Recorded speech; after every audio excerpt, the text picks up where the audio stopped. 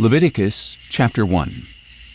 Then the Lord called to Moses and spoke to him from the tent of meeting, saying, Speak to the Israelites and tell them, When any of you brings an offering to the Lord, you may bring as your offering an animal from the herd or the flock. If one's offering is a burnt offering from the herd, he is to present an unblemished male. He must bring it to the entrance to the tent of meeting for its acceptance before the Lord. He is to lay his hand on the head of the burnt offering, so it can be accepted on his behalf to make atonement for him. And he shall slaughter the young bull before the Lord, and Aaron's sons the priests are to present the blood and sprinkle it on all sides of the altar at the entrance to the tent of meeting. Next he is to skin the burnt offering and cut it into pieces. The sons of Aaron the priest shall put a fire on the altar and arrange wood on the fire. Then Aaron's sons the priests are to arrange the pieces, including the head and the fat, atop the burning wood on the altar. The entrails and legs must be washed with water, and the priest shall burn all of it on the altar as a burnt offering, an offering made by fire, a pleasing aroma to the Lord. If, however, one's offering is a burnt offering from the flock, from the sheep or goats, he is to present an unblemished male. He shall slaughter it on the north side of the altar before the Lord, and Aaron's sons the priests are to sprinkle its blood against the altar on all sides.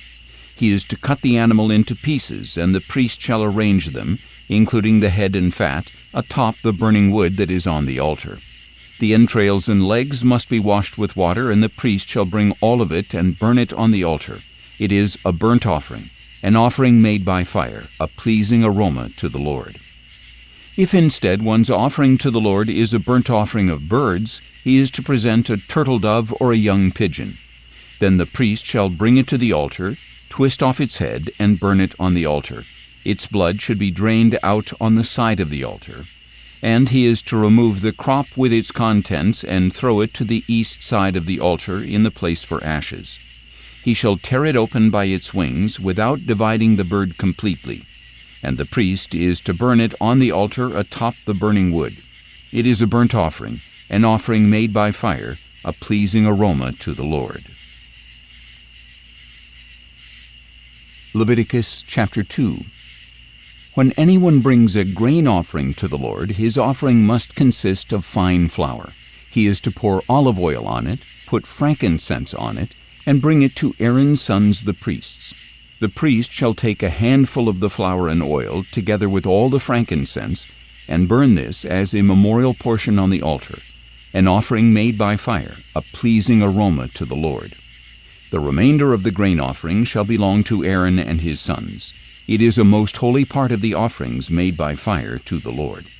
Now, if you bring an offering of grain baked in an oven, it must consist of fine flour, either unleavened cakes mixed with oil or unleavened wafers coated with oil.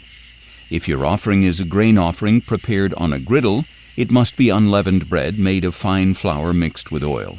Crumble it and pour oil on it. It is a grain offering.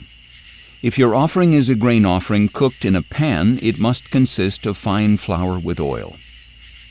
When you bring to the Lord the grain offering made in any of these ways, it is to be presented to the priest, and he shall take it to the altar. The priest is to remove the memorial portion from the grain offering and burn it on the altar as an offering made by fire, a pleasing aroma to the Lord. But the remainder of the grain offering shall belong to Aaron and his sons. It is a most holy part of the offerings made by fire to the Lord. No grain offering that you present to the Lord may be made with leaven, for you are not to burn any leaven or honey as an offering made by fire to the Lord. You may bring them to the Lord as an offering of firstfruits, but they are not to be offered on the altar as a pleasing aroma. And you shall season each of your grain offerings with salt. You must not leave the salt of the covenant of your God out of your grain offering. You are to add salt to each of your offerings. If you bring a grain offering of firstfruits to the Lord, you shall offer crushed heads of new grain roasted on the fire.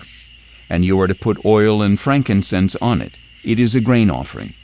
The priest shall then burn the memorial portion of the crushed grain in the oil, together with all its frankincense, as an offering made by fire to the Lord. Leviticus chapter 3. If one's offering is a peace offering, and he offers an animal from the herd, whether male or female, he must present it without blemish before the Lord. He is to lay his hand on the head of the offering and slaughter it at the entrance to the tent of meeting. Then Aaron's sons the priests shall sprinkle the blood on all sides of the altar. From the peace offering he is to bring an offering made by fire to the Lord, the fat that covers the entrails, all the fat that is on them, both kidneys with the fat on them near the loins, and the lobe of the liver, which he is to remove with the kidneys. Then Aaron's sons are to burn it on the altar atop the burnt offering that is on the burning wood, as an offering made by fire, a pleasing aroma to the Lord. If, however, one's peace offering to the Lord is from the flock, he must present a male or female without blemish. If he is presenting a lamb for his offering, he must present it before the Lord. He is to lay his hand on the head of his offering and slaughter it in front of the tent of meeting. Then Aaron's sons shall sprinkle its blood on all sides of the altar. And from the peace offering he shall bring an offering made by fire to the Lord, consisting of its fat, the entire fat tail cut off close to the backbone, the fat that covers the entrails, all the fat that is on them, both kidneys with the fat on them near the loins, and the lobe of the liver, which he is to remove with the kidneys. Then the priest is to burn them on the altar as food, an offering made by fire to the Lord. If one's offering is a goat, he is to present it before the Lord. He must lay his hand on its head and slaughter it in front of the tent of meeting. Then Aaron's sons shall sprinkle its blood on all sides of the altar. And from his offering he shall present an offering made by fire to the Lord, the fat that covers the entrails, all the fat that is on them, both kidneys with the fat on them near the loins, and the lobe of the liver, which he is to remove with the kidneys. Then the priest is to burn the food on the altar as an offering made by fire, a pleasing aroma. All the fat is the Lord's. This is a permanent statute for the generations to come, wherever you live. You must not eat any fat or any blood. Leviticus chapter 4.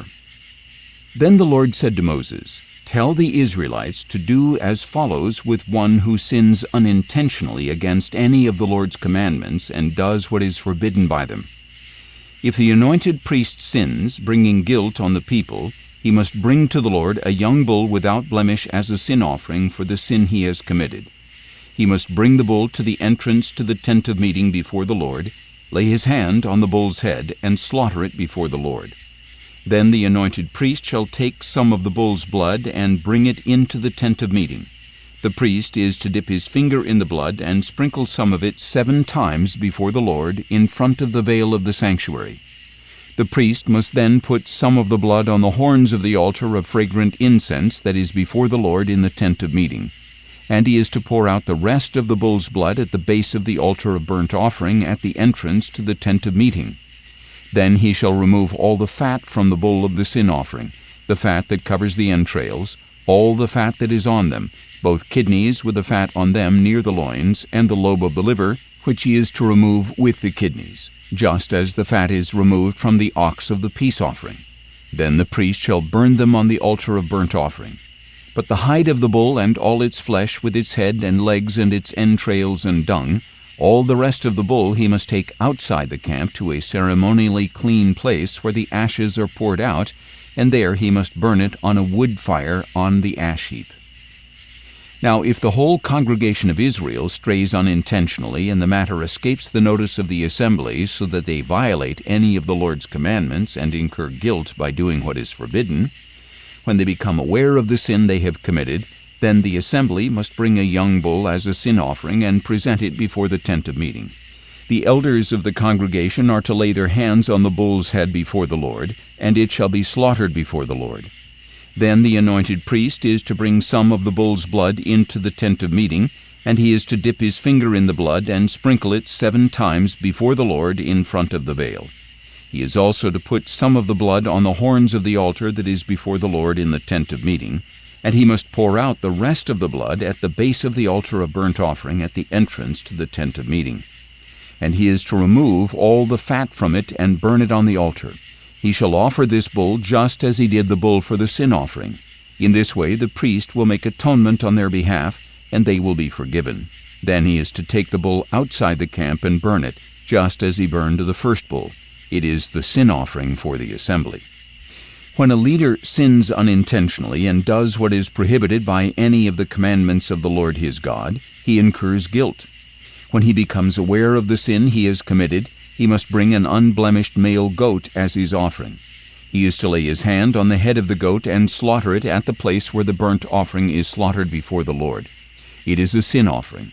Then the priest is to take some of the blood of the sin offering with his finger, put it on the horns of the altar of burnt offering, and pour out the rest of the blood at the base of the altar. He must burn all its fat on the altar, like the fat of the peace offerings. Thus the priest will make atonement for that man's sin, and he will be forgiven.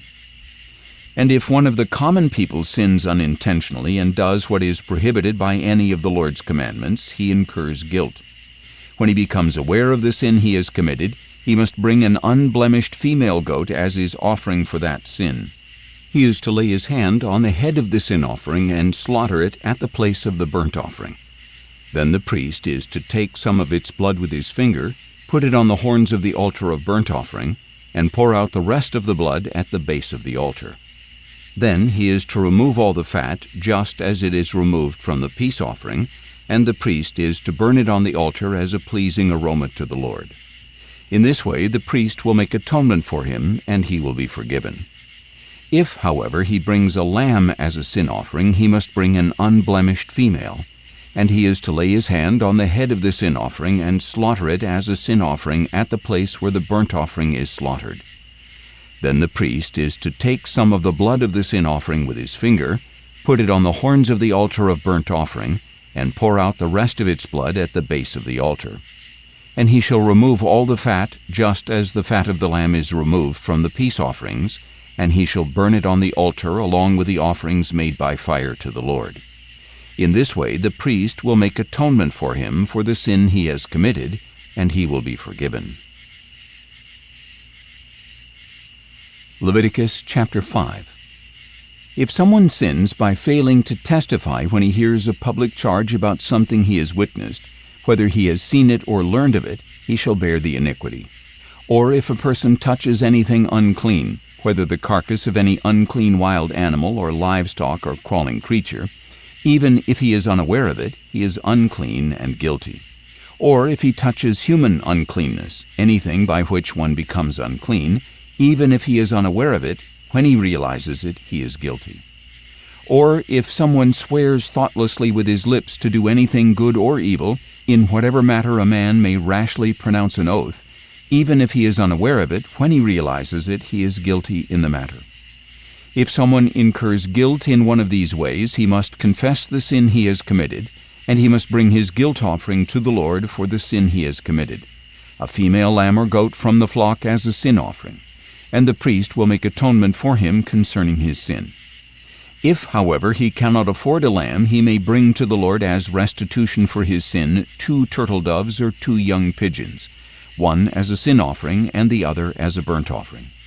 He is to bring them to the priest, who shall first present the one for the sin offering. He is to twist its head at the front of its neck without severing it. Then he is to sprinkle some of the blood of the sin offering on the side of the altar, while the rest of the blood is drained out at the base of the altar. It is a sin offering. And the priest must prepare the second bird as a burnt offering according to the ordinance.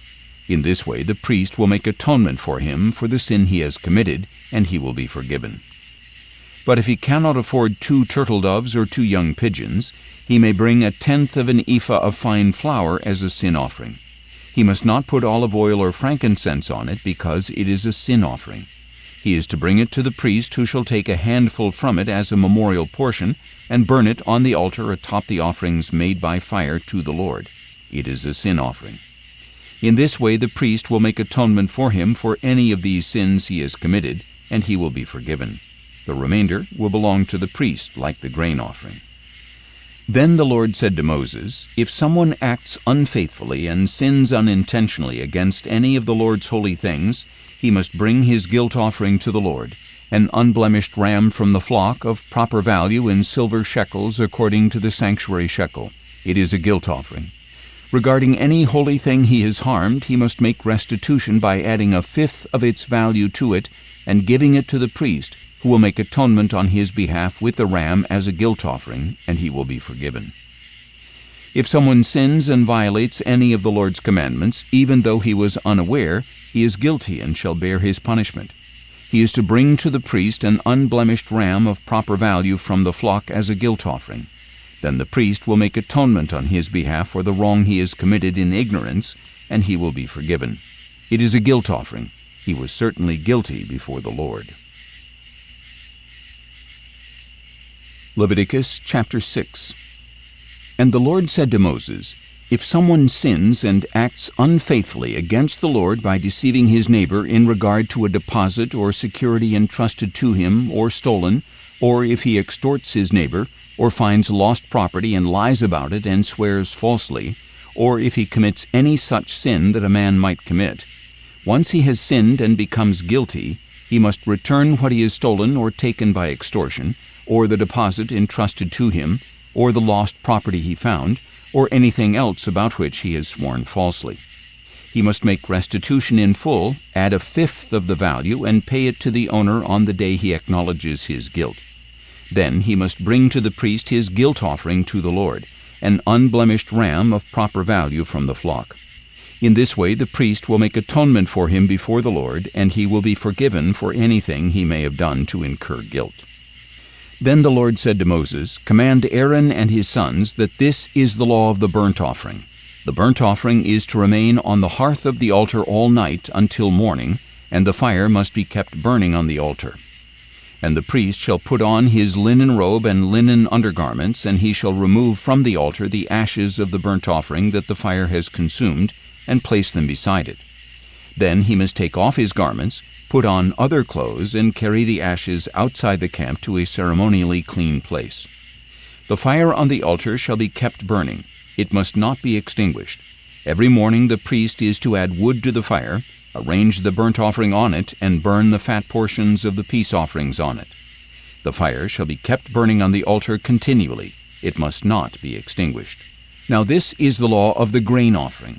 Aaron's sons shall present it before the Lord in front of the altar. The priest is to remove a handful of fine flour and olive oil, together with all the frankincense from the grain offering, and burn the memorial portion on the altar as a pleasing aroma to the Lord. Aaron and his sons are to eat the remainder. It must be eaten without leaven in a holy place. They are to eat it in the courtyard of the tent of meeting. It must not be baked with leaven. I have assigned it as their portion of my offerings made by fire. It is most holy, like the sin offering and the guilt offering. Any male among the sons of Aaron may eat it. This is a permanent portion from the offerings made by fire to the Lord for the generations to come. Anything that touches them will become holy. Then the Lord said to Moses, "This is the offering that Aaron and his sons must present to the Lord on the day he is anointed: 1/10 of an ephah of fine flour as a regular grain offering, half of it in the morning and half in the evening. It shall be prepared with oil on a griddle. You are to bring it well kneaded and present it as a grain offering broken in pieces, a pleasing aroma to the Lord. The priest, who is one of Aaron's sons and will be anointed to take his place, is to prepare it. As a permanent portion for the Lord, it must be burned completely. Every grain offering for a priest shall be burned completely. It is not to be eaten." And the Lord said to Moses, "Tell Aaron and his sons that this is the law of the sin offering. In the place where the burnt offering is slaughtered, the sin offering shall be slaughtered before the Lord. It is most holy. The priest who offers it shall eat it. It must be eaten in a holy place, in the courtyard of the tent of meeting. Anything that touches its flesh will become holy, and if any of the blood is spattered on a garment, you must wash it in a holy place. The clay pot in which the sin offering is boiled must be broken. If it is boiled in a bronze pot, the pot must be scoured and rinsed with water. Any male among the priests may eat it. It is most holy. But no sin offering may be eaten if its blood has been brought into the tent of meeting to make atonement in the holy place. It must be burned." Leviticus chapter 7. Now this is the law of the guilt offering, which is most holy. The guilt offering must be slaughtered in the place where the burnt offering is slaughtered, and the priest shall sprinkle its blood on all sides of the altar. And all the fat from it shall be offered: the fat tail, the fat that covers the entrails, both kidneys with the fat on them near the loins, and the lobe of the liver, which is to be removed with the kidneys. The priest shall burn them on the altar as an offering made by fire to the Lord. It is a guilt offering. Every male among the priests may eat of it. It must be eaten in a holy place. It is most holy. The guilt offering is like the sin offering. The same law applies to both. It belongs to the priest who makes atonement with it. As for the priest who presents a burnt offering for anyone, the hide of that offering belongs to him. Likewise, every grain offering that is baked in an oven or cooked in a pan or on a griddle belongs to the priest who presents it. And every grain offering, whether dry or mixed with oil, belongs equally to all the sons of Aaron. Now this is the law of the peace offering that one may present to the Lord. If he offers it in thanksgiving, then along with the sacrifice of thanksgiving he shall offer unleavened cakes mixed with olive oil, unleavened wafers coated with oil, and well-kneaded cakes of fine flour mixed with oil. Along with his peace offering of thanksgiving he is to present an offering with cakes of leavened bread. From the cakes he must present one portion of each offering as a contribution to the Lord. It belongs to the priest who sprinkles the blood of the peace offering. The meat of the sacrifice of his peace offering of thanksgiving must be eaten on the day he offers it. None of it may be left until morning. If, however, the sacrifice he offers is a vow or a free will offering, it shall be eaten on the day he presents his sacrifice, but the remainder may be eaten on the next day. But any meat of the sacrifice remaining until the third day must be burned up. If any of the meat from his peace offering is eaten on the third day, it will not be accepted. It will not be credited to the one who presented it. It shall be an abomination, and the one who eats of it shall bear his iniquity. Meat that touches anything unclean must not be eaten. It is to be burned up. As for any other meat, anyone who is ceremonially clean may eat it. But if anyone who is unclean eats meat from the peace offering that belongs to the Lord, that person must be cut off from his people. If one touches anything unclean, whether human uncleanness, an unclean animal, or any unclean detestable thing, and then eats any of the meat of the peace offering that belongs to the Lord, that person must be cut off from his people. Then the Lord said to Moses, "Speak to the Israelites and say, You are not to eat any of the fat of an ox, a sheep, or a goat. The fat of an animal found dead or mauled by wild beasts may be used for any other purpose, but you must not eat it. If anyone eats the fat of an animal from which an offering made by fire may be presented to the Lord, the one who eats it must be cut off from his people. You must not eat the blood of any bird or animal in any of your dwellings. If anyone eats blood, that person must be cut off from his people." Then the Lord said to Moses, "Speak to the Israelites and say, Anyone who presents a peace offering to the Lord must bring it as his sacrifice to the Lord. With his own hands he is to bring the offerings made by fire to the Lord. He shall bring the fat, together with the breast, and wave the breast as a wave offering before the Lord. The priest is to burn the fat on the altar, but the breast belongs to Aaron and his sons. And you are to give the right thigh to the priest as a contribution from your peace offering. The son of Aaron who presents the blood and fat of the peace offering shall have the right thigh as a portion. I have taken from the sons of Israel the breast of the wave offering and the thigh of the contribution of their peace offerings, and I have given them to Aaron the priest and his sons as a permanent portion from the sons of Israel. This is the portion of the offerings made by fire to the Lord for Aaron and his sons, since the day they were presented to serve the Lord as priests. On the day they were anointed, the Lord commanded that this be given them by the sons of Israel. It is a permanent portion for the generations to come. This is the law of the burnt offering, the grain offering, the sin offering, the guilt offering, the ordination offering, and the peace offering, which the Lord gave Moses on Mount Sinai on the day he commanded the Israelites to present their offerings to the Lord in the wilderness of Sinai. Leviticus chapter 8. Then the Lord said to Moses, "Take Aaron and his sons, their garments, the anointing oil, the bull of the sin offering, the 2 rams, and the basket of unleavened bread, and assemble the whole congregation at the entrance to the tent of meeting." So Moses did as the Lord had commanded him, and the assembly gathered at the entrance to the tent of meeting. And Moses said to them, "This is what the Lord has commanded to be done." Then Moses presented Aaron and his sons and washed them with water.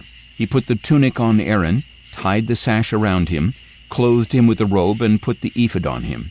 He tied the woven band of the ephod around him and fastened it to him. Then he put the breastpiece on him and placed the Urim and Thummim in the breastpiece. Moses also put the turban on Aaron's head and set the gold plate, the holy diadem, on the front of the turban as the Lord had commanded him. Next Moses took the anointing oil and anointed the tabernacle and everything in it, and so he consecrated them. He sprinkled some of the oil on the altar 7 times, anointing the altar and all its utensils and the basin with its stand to consecrate them. He also poured some of the anointing oil on Aaron's head and anointed him to consecrate him. Then Moses presented Aaron's sons, put tunics on them, wrapped sashes around them, and tied headbands on them, just as the Lord had commanded him. Moses then brought the bull near for the sin offering, and Aaron and his sons laid their hands on its head. Moses slaughtered the bull, took some of the blood, and applied it with his finger to all 4 horns of the altar, purifying the altar. He poured out the rest of the blood at the base of the altar and consecrated it so that atonement could be made on it. Moses also took all the fat that was on the entrails, the lobe of the liver, and both kidneys and their fat, and burned it all on the altar. But the bull with its hide, flesh, and dung he burned outside the camp, as the Lord had commanded him. Then Moses presented the ram for the burnt offering, and Aaron and his sons laid their hands on its head. Moses slaughtered the ram and sprinkled the blood on all sides of the altar. He cut the ram into pieces and burned the head, the pieces, and the fat. He washed the entrails and legs with water and burned the entire ram on the altar as a burnt offering, a pleasing aroma, an offering made by fire to the Lord, just as the Lord had commanded Moses. After that Moses presented the other ram, the ram of ordination, and Aaron and his sons laid their hands on its head. Moses slaughtered the ram and took some of its blood and put it on Aaron's right earlobe, on the thumb of his right hand, and on the big toe of his right foot. Moses also presented Aaron's sons and put some of the blood on their right earlobes, on the thumbs of their right hands, and on the big toes of their right feet. Then he sprinkled the blood on all sides of the altar. And Moses took the fat tail, all the fat that was on the entrails, the lobe of the liver, and both kidneys with their fat, as well as the right thigh. And from the basket of unleavened bread that was before the Lord, he took 1 cake of unleavened bread, 1 cake of bread made with oil, and 1 wafer, and he placed them on the fat portions and on the right thigh. He put all these in the hands of Aaron and his sons, and waved them before the Lord as a wave offering. Then Moses took these from their hands and burned them on the altar with a burnt offering. This was an ordination offering, a pleasing aroma, an offering made by fire to the Lord. He also took the breast, Moses' portion of the ram of ordination, and waved it before the Lord as a wave offering, as the Lord had commanded him. Next Moses took some of the anointing oil and some of the blood that was on the altar, and sprinkled them on Aaron and his garments, and on his sons and their garments. So he consecrated Aaron and his garments, as well as Aaron's sons and their garments.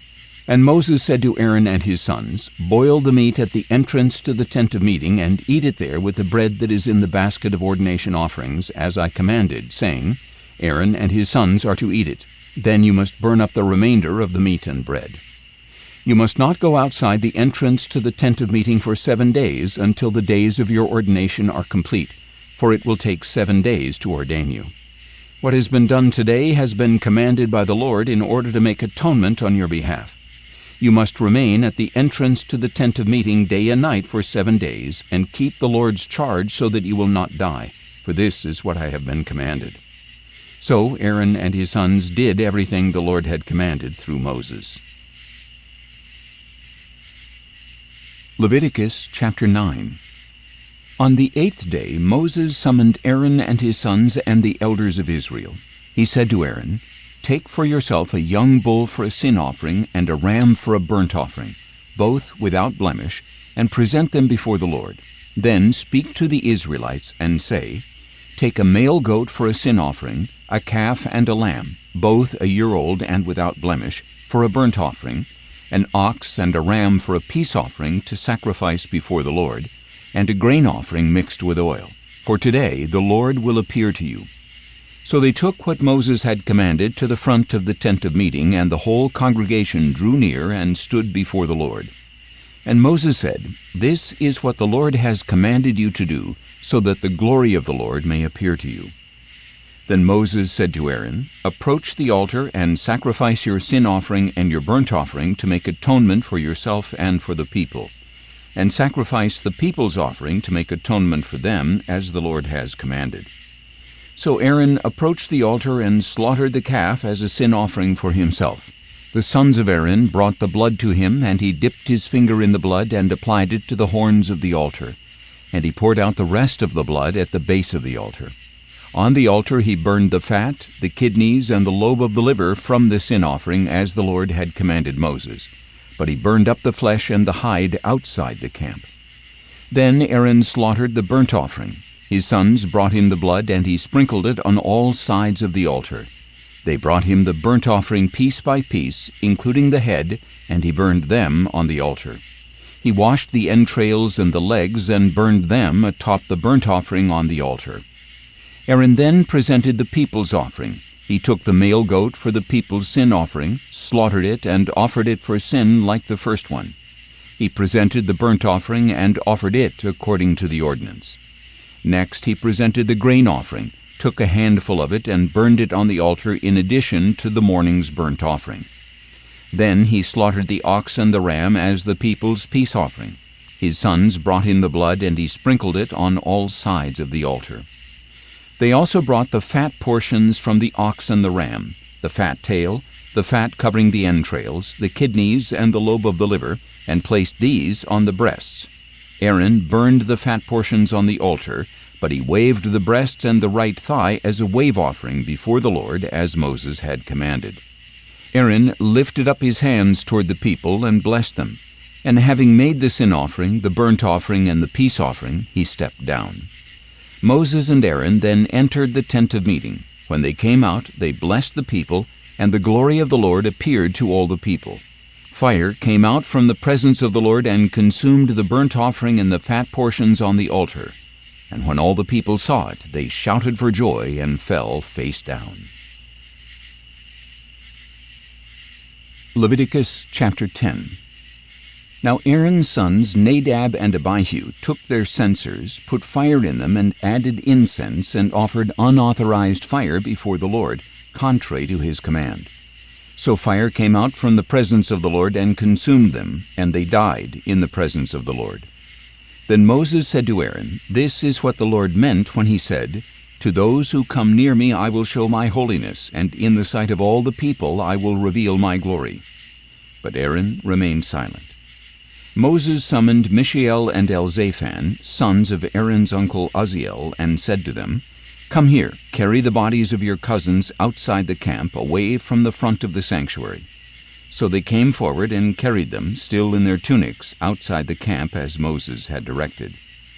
Then Moses said to Aaron and his sons Eleazar and Ithamar, "Do not let your hair become disheveled, and do not tear your garments, or else you will die, and the Lord will be angry with the whole congregation. But your brothers, the whole house of Israel, may mourn on account of the fire that the Lord has ignited. You shall not go outside the entrance to the tent of meeting, or you will die, for the Lord's anointing oil is on you." So they did as Moses instructed. Then the Lord said to Aaron, "You and your sons are not to drink wine or strong drink when you enter the tent of meeting, or else you will die. This is a permanent statute for the generations to come.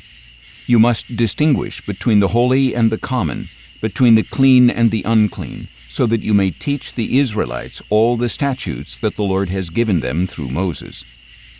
And Moses said to Aaron and his remaining sons Eleazar and Ithamar, "Take the grain offering that remains from the offerings made by fire to the Lord, and eat it without leaven beside the altar, because it is most holy. You shall eat it in a holy place, because it is your share and your son's share of the offerings made by fire to the Lord, for this is what I have been commanded. And you and your sons and daughters may eat the breast of the wave offering and the thigh of the contribution in a ceremonially clean place, because these portions have been assigned to you and your children from the peace offerings of the sons of Israel. They are to bring the thigh of the contribution and the breast of the wave offering, together with the fat portions of the offerings made by fire, to wave as a wave offering before the Lord. It will belong permanently to you and your children, as the Lord has commanded." Later, Moses searched carefully for the goat of the sin offering, and behold, it had been burned up.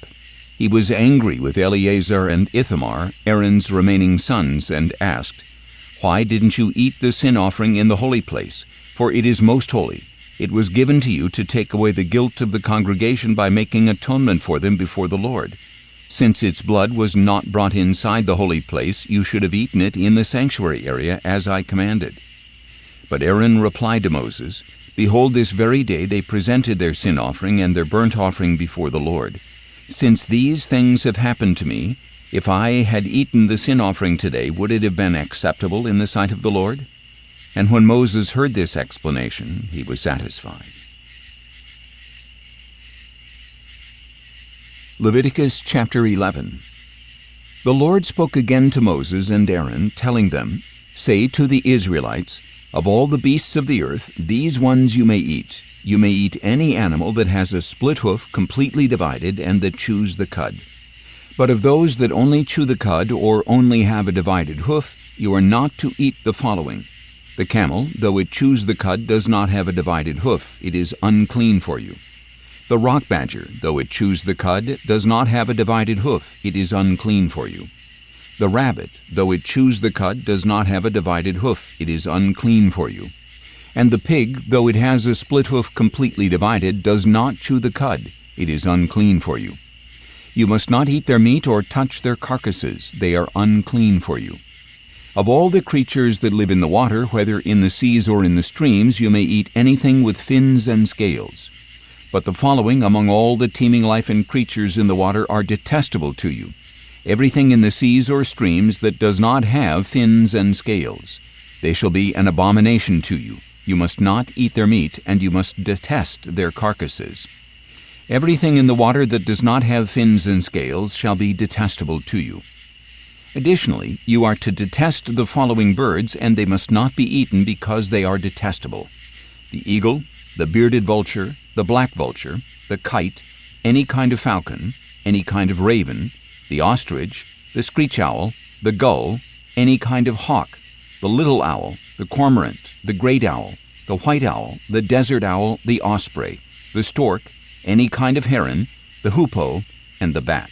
All flying insects that walk on all fours are detestable to you. However, you may eat the following kinds of flying insects that walk on all fours: those having jointed legs above their feet for hopping on the ground. Of these you may eat any kind of locust, katydid, cricket, or grasshopper. All other flying insects that have 4 legs are detestable to you. These creatures will make you unclean. Whoever touches their carcasses will be unclean until evening, and whoever picks up one of their carcasses must wash his clothes, and he will be unclean until evening. Every animal with hooves not completely divided or that does not chew the cud is unclean for you. Whoever touches any of them will be unclean. All the 4-footed animals that walk on their paws are unclean for you. Whoever touches their carcasses will be unclean until evening, and anyone who picks up a carcass must wash his clothes, and he will be unclean until evening. They are unclean for you. The following creatures that move along the ground are unclean for you: the mole, the mouse, any kind of great lizard, the gecko, the monitor lizard, the common lizard, the skink, and the chameleon. These animals are unclean for you among all the crawling creatures. Whoever touches them when they are dead shall be unclean until evening. When one of them dies and falls on something, that article becomes unclean. Any article of wood, clothing, leather, sackcloth, or any implement used for work must be rinsed with water and will remain unclean until evening. Then it will be clean. If any of them falls into a clay pot, everything in it will be unclean. You must break the pot. Any food coming into contact with water from that pot will be unclean, and any drink in such a container will be unclean. Anything upon which one of their carcasses falls will be unclean. If it is an oven or cooking pot, it must be smashed. It is unclean and will remain unclean for you. Nevertheless, a spring or cistern containing water will remain clean, but one who touches a carcass in it will be unclean. If a carcass falls on any seed for sowing, the seed is clean. But if water has been put on the seed and a carcass falls on it, it is unclean for you. If an animal that you may eat dies, anyone who touches the carcass will be unclean until evening. Whoever eats from the carcass must wash his clothes and will be unclean until evening, and anyone who picks up the carcass must wash his clothes and will be unclean until evening. Every creature that moves along the ground is detestable; it must not be eaten. Do not eat any creature that moves along the ground, whether it crawls on its belly or walks on 4 or more feet, for such creatures are detestable. Do not defile yourselves by any crawling creature. Do not become unclean or defiled by them. For I am the Lord your God. Consecrate yourselves, therefore, and be holy, because I am holy. You must not defile yourselves by any creature that crawls along the ground. For I am the Lord who brought you up out of the land of Egypt so that I would be your God. Therefore be holy, because I am holy. This is the law regarding animals, birds, all living creatures that move in the water, and all creatures that crawl along the ground.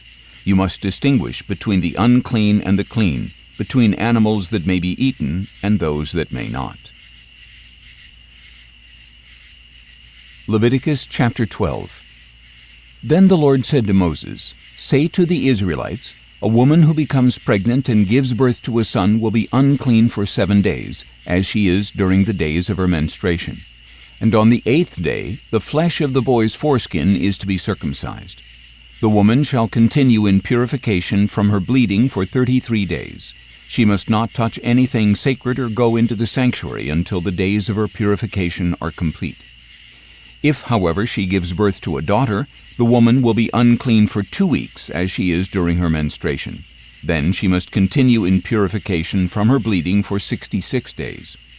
When the days of her purification are complete, whether for a son or for a daughter, she is to bring to the priest at the entrance to the tent of meeting a year-old lamb for a burnt offering, and a young pigeon or a turtle dove for a sin offering.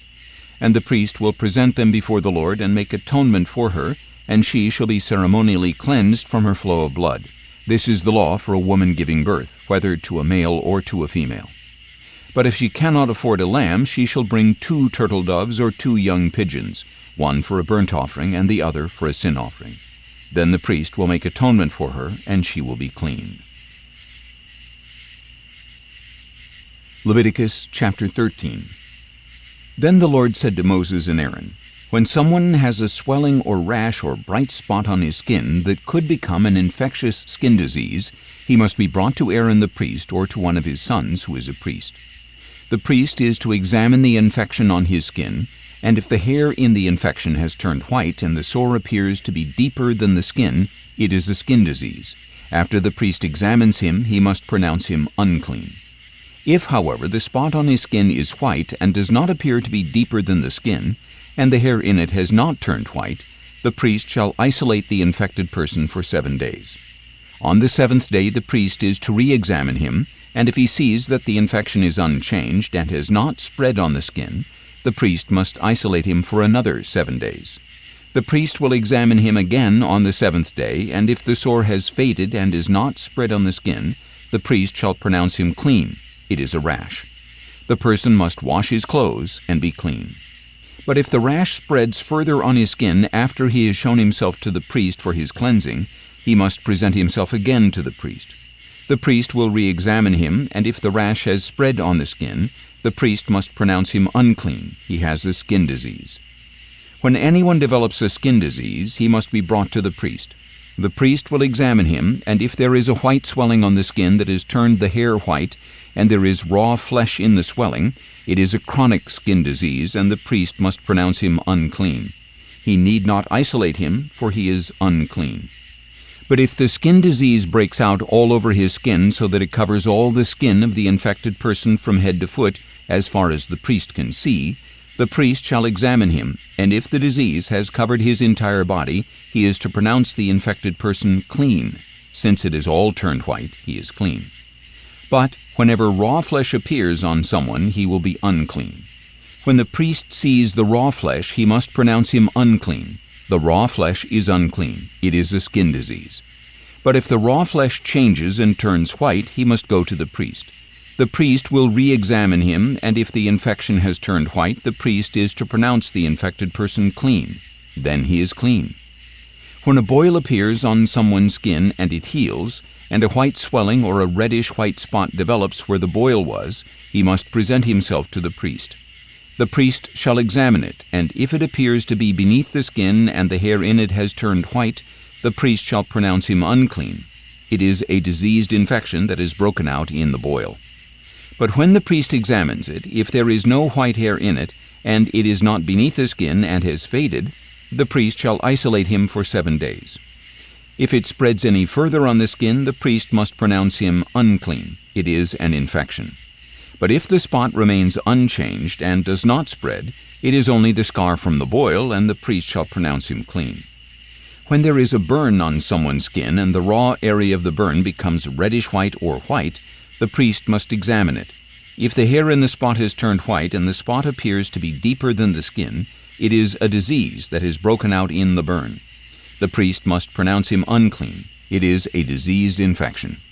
But if the priest examines it and there is no white hair in the spot and it is not beneath the skin but has faded, the priest shall isolate him for 7 days.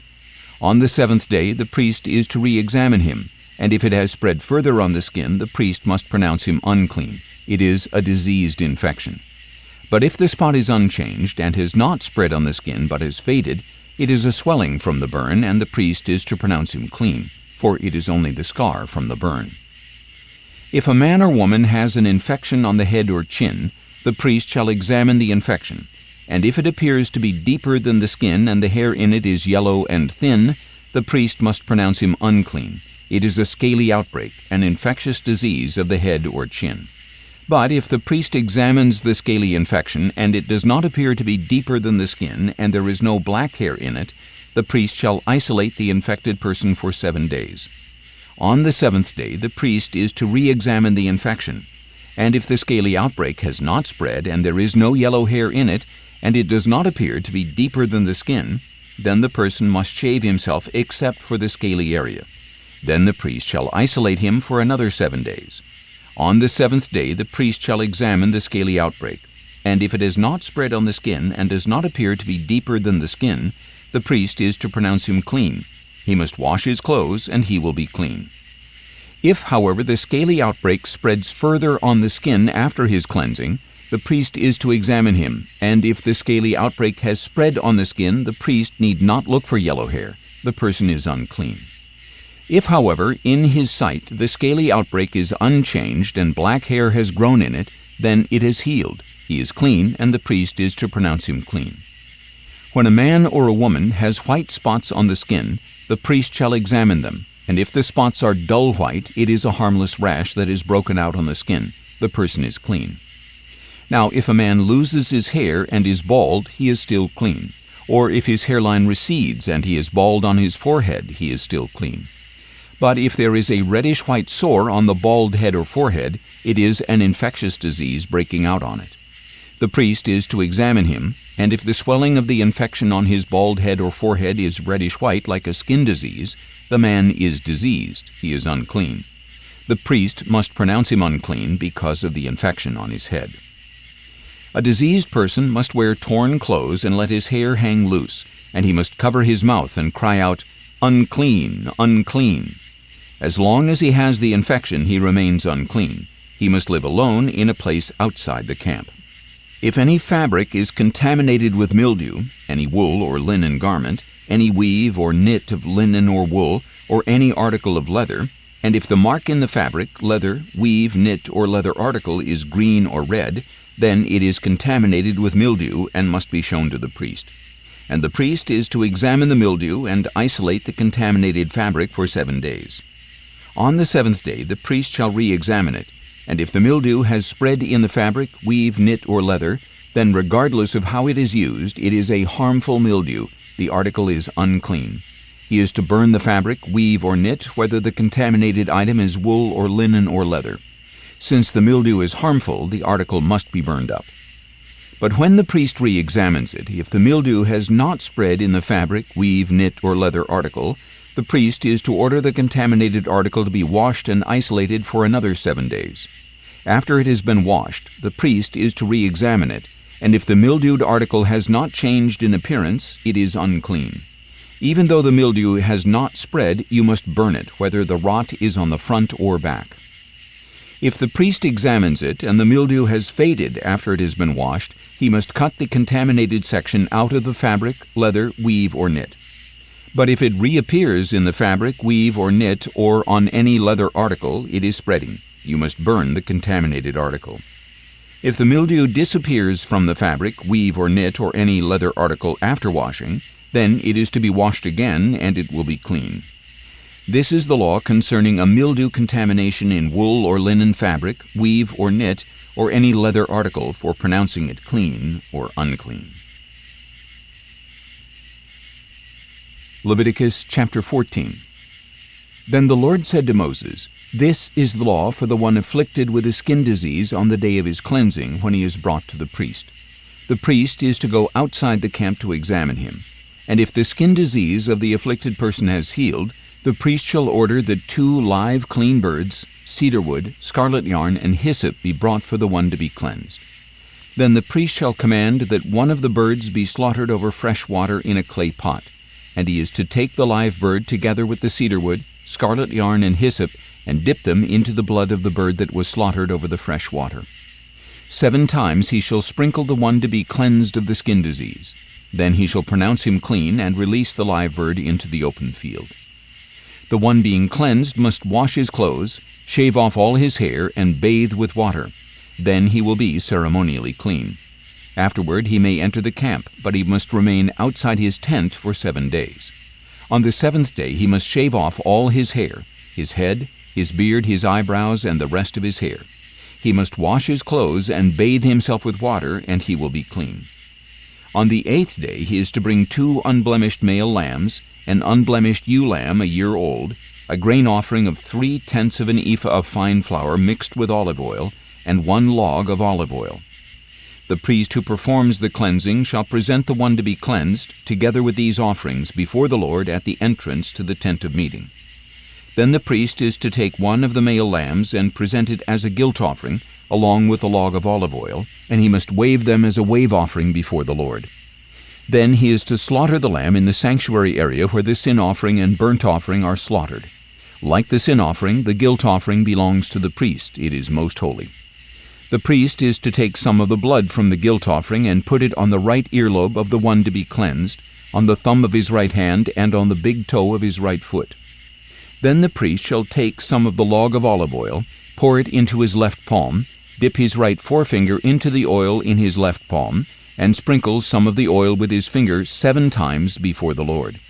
And the priest is to put some of the oil remaining in his palm on the right earlobe of the one to be cleansed, on the thumb of his right hand, and on the big toe of his right foot, on top of the blood of the guilt offering. The rest of the oil in his palm the priest is to put on the head of the one to be cleansed, to make atonement for him before the Lord. Then the priest is to sacrifice the sin offering and make atonement for the one to be cleansed from his uncleanness. After that the priest shall slaughter the burnt offering and offer it on the altar with the grain offering to make atonement for him, and he will be clean. If, however, the person is poor and cannot afford these offerings, he is to take 1 male lamb as a guilt offering to be waved to make atonement for him, along with 1/10 of an ephah of fine flour mixed with olive oil for a grain offering, a log of olive oil, and 2 turtle doves or 2 young pigeons, whichever he can afford, one to be a sin offering and the other a burnt offering. On the 8th day he is to bring them for his cleansing to the priest at the entrance to the tent of meeting before the Lord. The priest shall take the lamb for the guilt offering, along with the log of olive oil, and wave them as a wave offering before the Lord. And after he slaughters the lamb for the guilt offering, the priest is to take some of the blood of the guilt offering and put it on the right earlobe of the one to be cleansed, on the thumb of his right hand, and on the big toe of his right foot.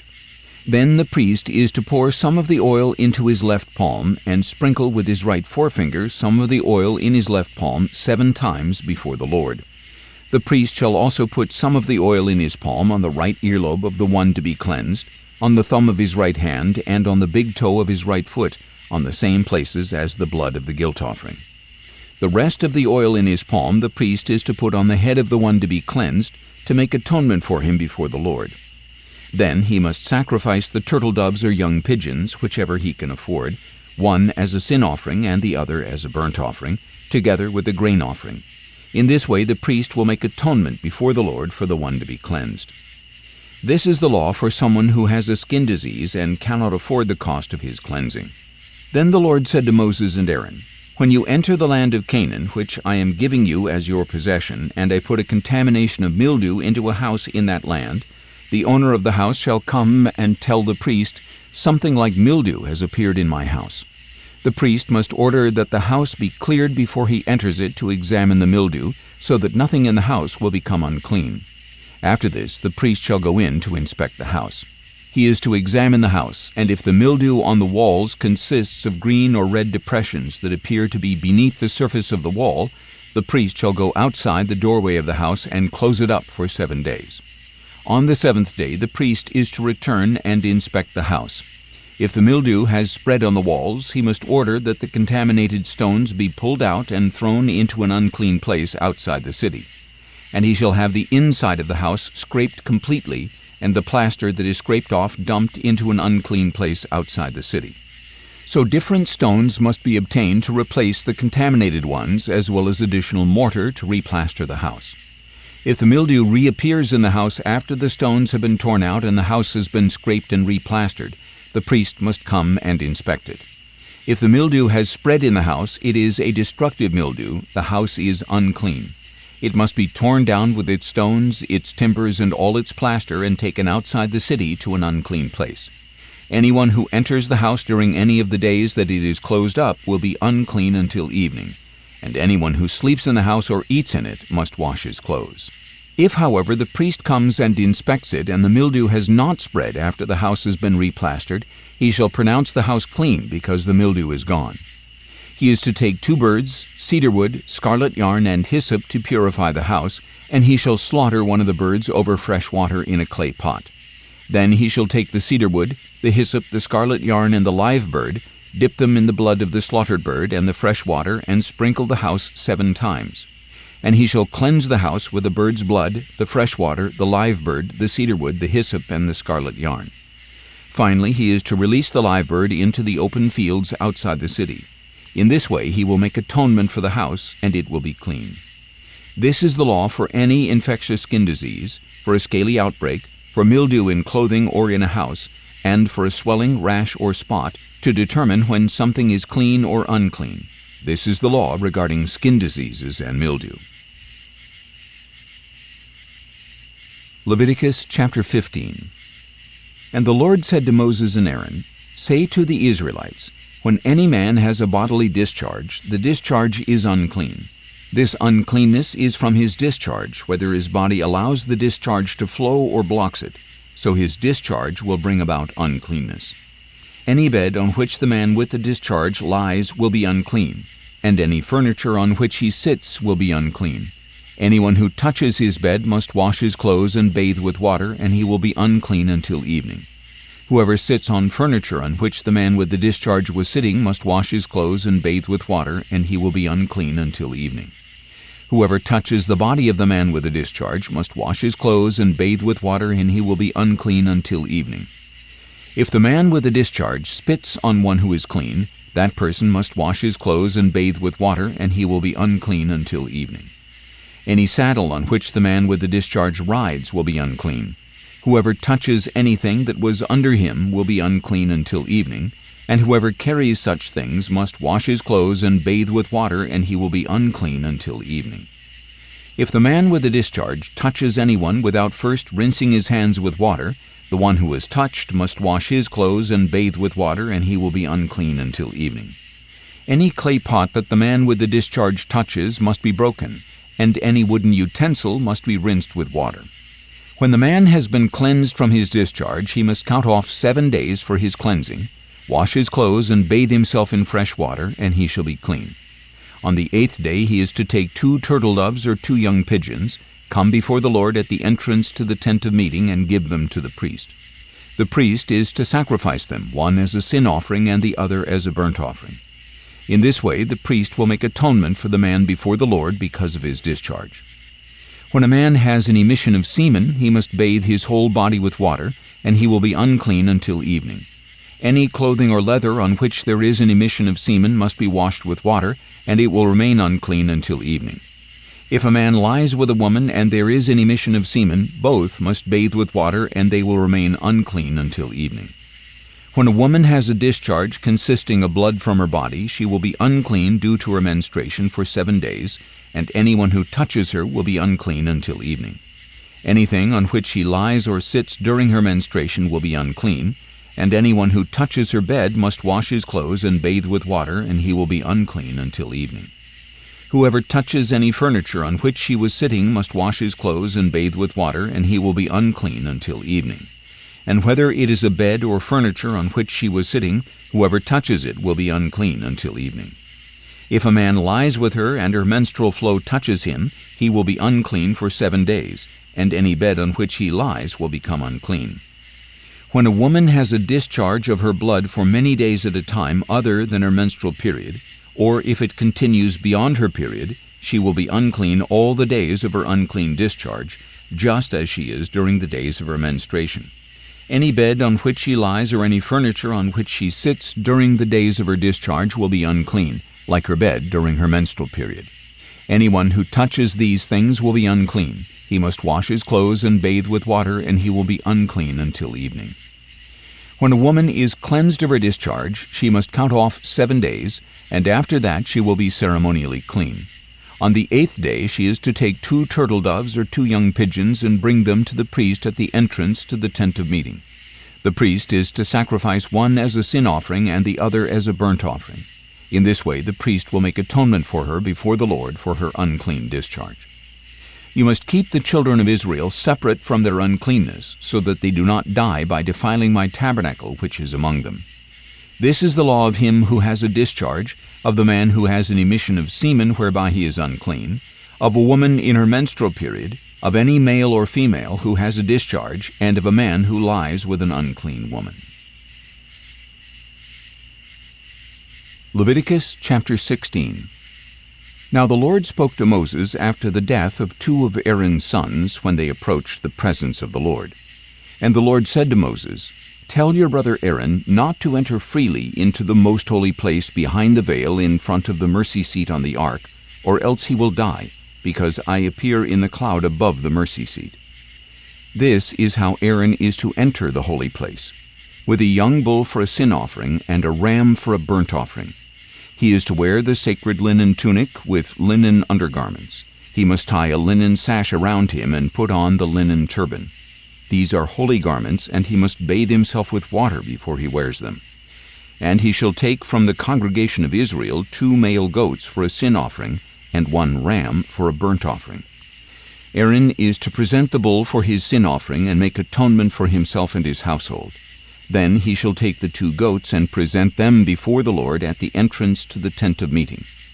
After Aaron casts lots for the 2 goats, one for the Lord and the other for the scapegoat, he shall present the goat chosen by lot for the Lord and sacrifice it as a sin offering. But the goat chosen by lot as the scapegoat shall be presented alive before the Lord to make atonement by sending it into the wilderness as the scapegoat. When Aaron presents the bull for his sin offering and makes atonement for himself and his household, he is to slaughter the bull for his own sin offering. Then he must take a censer full of burning coals from the altar before the Lord, and 2 handfuls of finely ground fragrant incense, and take them inside the veil. He is to put the incense on the fire before the Lord, and the cloud of incense will cover the mercy seat above the testimony, so that he will not die. And he is to take some of the bull's blood and sprinkle it with his finger on the east side of the mercy seat. Then he shall sprinkle some of it with his finger 7 times before the mercy seat. Aaron shall then slaughter the goat for the sin offering for the people and bring its blood behind the veil, and with its blood he must do as he did with the bull's blood. He is to sprinkle it against the mercy seat and in front of it. So he shall make atonement for the most holy place because of the impurities and rebellious acts of the Israelites in regard to all their sins. He is to do the same for the tent of meeting which abides among them, because it is surrounded by their impurities. No one may be in the tent of meeting from the time Aaron goes in to make atonement in the most holy place until he leaves, after he has made atonement for himself, his household, and the whole assembly of Israel. Then he shall go out to the altar that is before the Lord and make atonement for it. He is to take some of the bull's blood and some of the goat's blood and put it on all the horns of the altar. He is to sprinkle some of the blood on it with his finger 7 times to cleanse it and consecrate it from the uncleanness of the Israelites. When Aaron has finished purifying the most holy place, the tent of meeting, and the altar, he is to bring forward the live goat. Then he is to lay both hands on the head of the live goat and confess over it all the iniquities and rebellious acts of the Israelites in regard to all their sins. He is to put them on the goat's head and send it away into the wilderness by the hand of a man appointed for the task. The goat will carry on itself all their iniquities into a solitary place, and the man will release it into the wilderness. Then Aaron is to enter the tent of meeting, take off the linen garments he put on before entering the most holy place, and leave them there. He is to bathe himself with water in a holy place and put on his own clothes. Then he must go out and sacrifice his burnt offering and the people's burnt offering to make atonement for himself and for the people. He is also to burn the fat of the sin offering on the altar. The man who released the goat as the scapegoat must wash his clothes and bathe himself with water. Afterward he may re-enter the camp. The bull for the sin offering and the goat for the sin offering, whose blood was brought into the most holy place to make atonement, must be taken outside the camp, and their hides, flesh, and dung must be burned up. The one who burns them must wash his clothes and bathe himself with water, and afterward he may re-enter the camp. This is to be a permanent statute for you. On the 10th day of the 7th month you shall humble yourselves and not do any work, whether the native or the foreigner who resides among you, because on this day atonement will be made for you to cleanse you, and you will be clean from all your sins before the Lord.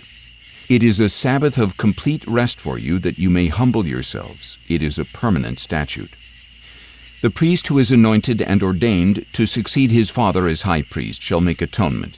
He will put on the sacred linen garments and make atonement for the most holy place, the tent of meeting, and the altar, and for the priests and all the people of the assembly. This is to be a permanent statute for you, to make atonement once a year for the Israelites because of all their sins. And all this was done as the Lord had commanded Moses. Leviticus chapter 17. Then the Lord said to Moses, "Speak to Aaron, his sons, and all the Israelites, and tell them this is what the Lord has commanded. Anyone from the house of Israel who slaughters an ox, a lamb, or a goat in the camp or outside of it, instead of bringing it to the entrance to the tent of meeting to present it as an offering to the Lord before his tabernacle, that man shall incur blood guilt. He has shed blood and must be cut off from among his people. For this reason the Israelites will bring to the Lord the sacrifices they have been offering in the open fields. They are to bring them to the priest at the entrance to the tent of meeting and offer them as sacrifices of peace to the Lord. The priest will then sprinkle the blood on the altar of the Lord at the entrance to the tent of meeting and burn the fat as a pleasing aroma to the Lord. They must no longer offer their sacrifices to the goat demons to which they have prostituted themselves. This will be a permanent statute for them for the generations to come. Tell them that if anyone from the house of Israel or any foreigner living among them offers a burnt offering or a sacrifice but does not bring it to the entrance to the tent of meeting to sacrifice it to the Lord, that man must be cut off from his people. If anyone from the house of Israel or a foreigner living among them eats any blood, I will set my face against that person and cut him off from among his people. For the life of the flesh is in the blood, and I have given it to you to make atonement for your souls upon the altar, for it is the blood that makes atonement for the soul. Therefore I say to the Israelites, none of you may eat blood, nor may any foreigner living among you eat blood. And if any Israelite or foreigner living among them hunts down a wild animal or bird that may be eaten, he must drain its blood and cover it with dirt. For the life of all flesh is its blood. Therefore I have told the Israelites, you must not eat the blood of any living thing, because the life of all flesh is its blood. Whoever eats it must be cut off. And any person, whether native or foreigner, who eats anything found dead or mauled by wild beasts must wash his clothes and bathe with water, and he will be unclean until evening. Then he will be clean. But if he does not wash his clothes and bathe himself, then he shall bear his iniquity. Leviticus chapter 18. Then the Lord said to Moses, "Speak to the Israelites and tell them, I am the Lord your God. You must not follow the practices of the land of Egypt, where you used to live, and you must not follow the practices of the land of Canaan, into which I am bringing you. You must not walk in their customs.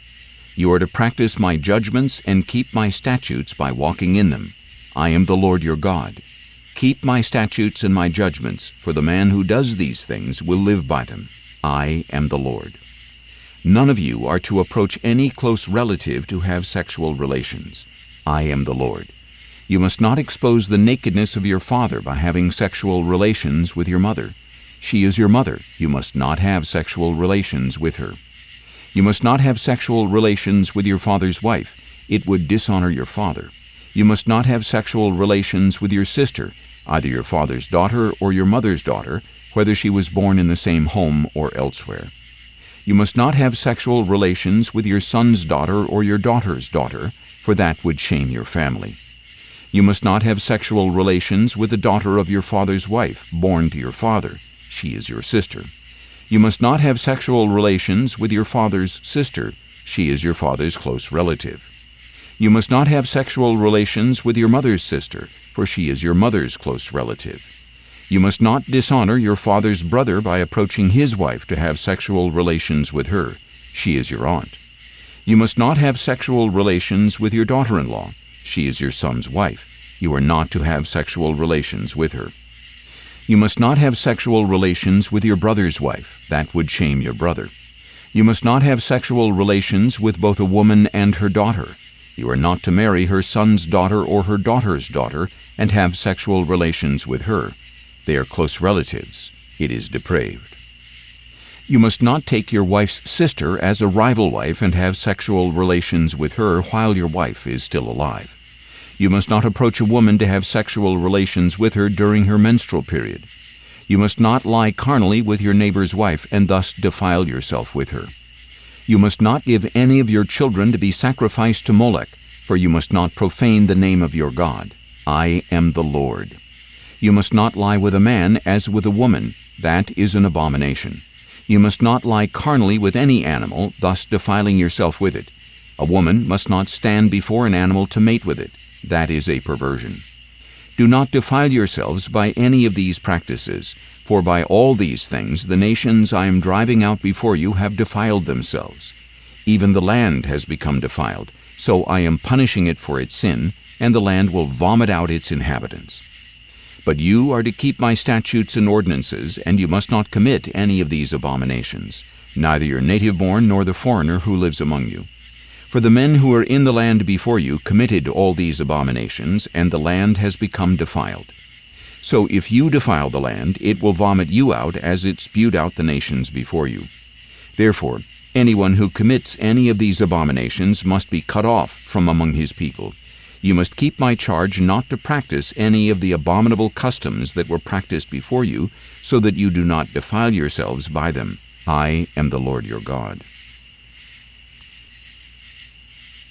Leviticus chapter 19. Then the Lord said to Moses, "Speak to the whole congregation of Israel and tell them, Be holy because I, the Lord your God, am holy. Each of you must respect his mother and father, and you must keep my Sabbaths. I am the Lord your God. Do not turn to idols or make for yourselves molten gods. I am the Lord your God. When you sacrifice a peace offering to the Lord, you shall offer it for your acceptance. It shall be eaten on the day you sacrifice it or on the next day, but what remains on the third day must be burned up. If any of it is eaten on the third day, it is tainted and will not be accepted. Whoever eats it will bear his iniquity, for he has profaned what is holy to the Lord. That person must be cut off from his people. When you reap the harvest of your land, you are not to reap to the very edges of your field or gather the gleanings of your harvest. You must not strip your vineyard bare or gather its fallen grapes. Leave them for the poor and the foreigner. I am the Lord your God. You must not steal. You must not lie or deceive one another. You must not swear falsely by my name and so profane the name of your God. I am the Lord. You must not defraud your neighbor or rob him. You must not withhold until morning the wages due a hired hand. You must not curse the deaf or place a stumbling block before the blind. but you shall fear your God. I am the Lord. You must not pervert justice. You must not show partiality to the poor or favoritism to the rich. You are to judge your neighbor fairly. You must not go about spreading slander among your people. You must not endanger the life of your neighbor. I am the Lord. You must not harbor hatred against your brother in your heart. Directly rebuke your neighbor so that you will not incur guilt on account of him. Do not seek revenge or bear a grudge against any of your people, but love your neighbor as yourself. I am the Lord. You are to keep my statutes. You shall not crossbreed 2 different kinds of livestock. You shall not sow your fields with 2 kinds of seed, and you shall not wear clothing made of 2 kinds of material. If a man lies carnally with a slave girl promised to another man, but who has not been redeemed or given her freedom, there must be due punishment. But they are not to be put to death because she had not been freed. The man, however, must bring a ram to the entrance to the tent of meeting as his guilt offering to the Lord. The priest shall make atonement on his behalf before the Lord with the ram of the guilt offering for the sin he has committed, and he will be forgiven the sin he has committed. When you enter the land and plant any kind of tree for food, you shall regard the fruit as forbidden. For 3 years it will be forbidden to you and must not be eaten. In the 4th year, all its fruit must be consecrated as a praise offering to the Lord. But in the 5th year you may eat its fruit. Thus your harvest will be increased. I am the Lord your God. You must not eat anything with blood still in it. You must not practice divination or sorcery. You must not cut off the hair at the sides of your head or clip off the edges of your beard. You must not make any cuts in your bodies for the dead or put tattoo marks on yourselves. I am the Lord. You must not defile your daughter by making her a prostitute, or the land will be prostituted and filled with depravity. You must keep my Sabbaths and have reverence for my sanctuary. I am the Lord. You must not turn to mediums or spiritists. Do not seek them out, or you will be defiled by them. I am the Lord your God. You are to rise in the presence of the elderly, honor the aged, and fear your God. I am the Lord. When a foreigner resides with you in your land, you must not oppress him. You must treat the foreigner living among you as native-born and love him as yourself, for you were foreigners in the land of Egypt. I am the Lord your God. You must not use dishonest measures of length, weight, or volume. You shall maintain honest scales and weights, an honest ephah and an honest hin. I am the Lord your God who brought you out of the land of Egypt. You must keep all my statutes and all my ordinances and follow them. I am the Lord. Leviticus chapter 20. Then the Lord said to Moses, "Tell the Israelites, any Israelite or foreigner living in Israel who gives any of his children to Molech must be put to death. The people of the land are to stone him. And I will set my face against that man and cut him off from his people, because by giving his offspring to Molech he has defiled my sanctuary and profaned my holy name. And if the people of the land ever hide their eyes and fail to put to death the man who gives one of his children to Molech, then I will set my face against that man and his family, and cut off from among their people both him and all who follow him in prostituting themselves with Molech. Whoever turns to mediums or spiritists to prostitute himself with them, I will also set my face against that person and cut him off from his people. Consecrate yourselves, therefore, and be holy, because I am the Lord your God, and you shall keep my statutes and practice them. I am the Lord who sanctifies you. If anyone curses his father or mother, he must be put to death. He has cursed his father or mother, his blood shall be upon him. If a man commits adultery with another man's wife, with the wife of his neighbor, both the adulterer and the adulteress must surely be put to death. If a man lies with his father's wife, he has uncovered his father's nakedness. Both must surely be put to death. Their blood is upon them. If a man lies with his daughter-in-law, both must surely be put to death. They have acted perversely. Their blood is upon them. If a man lies with a man as with a woman, they have both committed an abomination. They must surely be put to death. Their blood is upon them. If a man marries both a woman and her mother, it is depraved. Both he and they must be burned in the fire, so that there will be no depravity among you. If a man lies carnally with an animal, he must be put to death, and you are also to kill the animal. If a woman approaches any animal to mate with it, you must kill both the woman and the animal. They must surely be put to death. Their blood is upon them. If a man marries his sister, whether the daughter of his father or of his mother, and they have sexual relations, it is a disgrace. They must be cut off in the sight of their people. He has uncovered the nakedness of his sister. He shall bear his iniquity. If a man lies with a menstruating woman and has sexual relations with her, he has exposed the source of her flow, and she has uncovered the source of her blood. Both of them must be cut off from among their people. You must not have sexual relations with the sister of your mother or your father, for it is exposing one's own kin. Both shall bear their iniquity. If a man lies with his uncle's wife, he has uncovered the nakedness of his uncle. They will bear their sin. They shall die childless. If a man marries his brother's wife, it is an act of impurity. He has uncovered the nakedness of his brother. They shall be childless. You are therefore to keep all my statutes and ordinances, so that the land where I am bringing you to live will not vomit you out. You must not follow the statutes of the nations I am driving out before you. Because they did all these things, I abhorred them. But I have told you that you will inherit their land, since I will give it to you as an inheritance, a land flowing with milk and honey. I am the Lord your God, who has set you apart from the peoples. You are therefore to distinguish between clean and unclean animals and birds. Do not become contaminated by any animal or bird, or by anything that crawls on the ground. I have set these apart as unclean for you. You are to be holy to me, because I, the Lord, am holy, and I have set you apart from the nations to be my own. A man or a woman who is a medium or spiritist must surely be put to death. They shall be stoned. Their blood is upon them. Leviticus chapter 21. Then the Lord said to Moses, Speak to Aaron's sons, the priests, and tell them that a priest is not to defile himself for a dead person among his people, except for his immediate family, his mother, father, son, daughter, or brother, or his unmarried sister who is near to him, since she has no husband. He is not to defile himself for those related to him by marriage, and so profane himself. Priests must not make bald spots on their heads, shave off the edges of their beards, or make cuts in their bodies. They must be holy to their God and not profane the name of their God. Because they present to the Lord the offerings made by fire, the food of their God, they must be holy. A priest must not marry a woman defiled by prostitution or divorced by her husband, for the priest is holy to his God. You are to regard him as holy, since he presents the food of your God. He shall be holy to you, because I, the Lord, am holy, I who set you apart. If a priest's daughter defiles herself by prostituting herself, she profanes her father. She must be burned in the fire. The priest who is highest among his brothers, who has had the anointing oil poured on his head and has been ordained to wear the priestly garments, must not let his hair hang loose or tear his garments. He must not go near any dead body. He must not defile himself, even for his father or mother.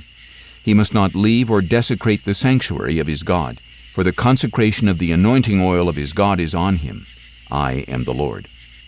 The woman he marries must be a virgin. He is not to marry a widow, a divorced woman, or one defiled by prostitution. He is to marry a virgin from his own people, so that he does not defile his offspring among his people, for I am the Lord who sanctifies him. Then the Lord said to Moses, Say to Aaron, For the generations to come, none of your descendants who has a physical defect may approach to offer the food of his God. No man who has any defect may approach. No man who is blind, lame, disfigured, or deformed. No man who has a broken foot or hand, or who is a hunchback or dwarf, or who has an eye defect, a festering rash, scabs, or a crushed testicle. No descendant of Aaron the priest who has a defect shall approach to present the offerings made by fire to the Lord. Since he has a defect, he is not to come near to offer the food of his God. He may eat the most holy food of his God as well as the holy food, but because he has a defect, he must not go near the veil or approach the altar, so as not to desecrate my sanctuaries. For I am the Lord who sanctifies them. Moses told this to Aaron and his sons and to all the Israelites. Leviticus chapter 22.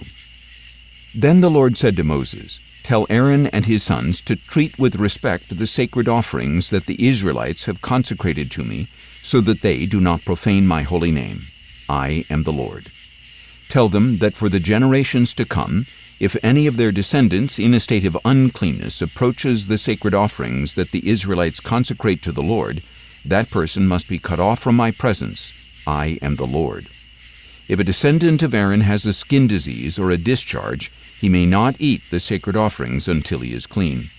Whoever touches anything defiled by a corpse or by a man who has an emission of semen, or whoever touches a crawling creature or a person that makes him unclean, whatever the uncleanness may be, the man who touches any of these will remain unclean until evening. He must not eat from the sacred offerings unless he has bathed himself with water. When the sun has set, he will become clean, and then he may eat from the sacred offerings, for they are his food. He must not eat anything found dead or torn by wild animals, which would make him unclean. I am the Lord. The priests must keep my charge, lest they bear the guilt and die because they profane it. I am the Lord who sanctifies them. No one outside a priest's family may eat the sacred offering, nor may the guest of a priest or his hired hand eat it. But if a priest buys a slave with his own money, or if a slave is born in his household, that slave may eat his food. If the priest's daughter is married to a man other than a priest, she is not to eat of the sacred contributions. But if a priest's daughter with no children becomes widowed or divorced and returns to her father's house, she may share her father's food as in her youth, but no outsider may share it. If anyone eats a sacred offering in error, he must add a fifth to its value and give the sacred offering to the priest. The priests must not profane the sacred offerings that the Israelites present to the Lord by allowing the people to eat the sacred offerings and thus to bear the punishment for guilt. For I am the Lord who sanctifies them. Then the Lord said to Moses, Speak to Aaron and his sons and all the Israelites, and tell them, Any man of the house of Israel or any foreign resident who presents a gift for a burnt offering to the Lord, whether to fulfill a vow or as a freewill offering, must offer an unblemished male from the cattle, sheep, or goats in order for it to be accepted on your behalf. You must not present anything with a defect because it will not be accepted on your behalf. When a man presents a peace offering to the Lord from the herd or flock to fulfill a vow or as a freewill offering, it must be without blemish or defect to be acceptable. You are not to present to the Lord any animal that is blind, injured or maimed, or anything with a running sore, a festering rash, or a scab. You must not put any of these on the altar as an offering made by fire to the Lord. You may present as a freewill offering an ox or sheep that has a deformed or stunted limb, but it is not acceptable in fulfillment of a vow.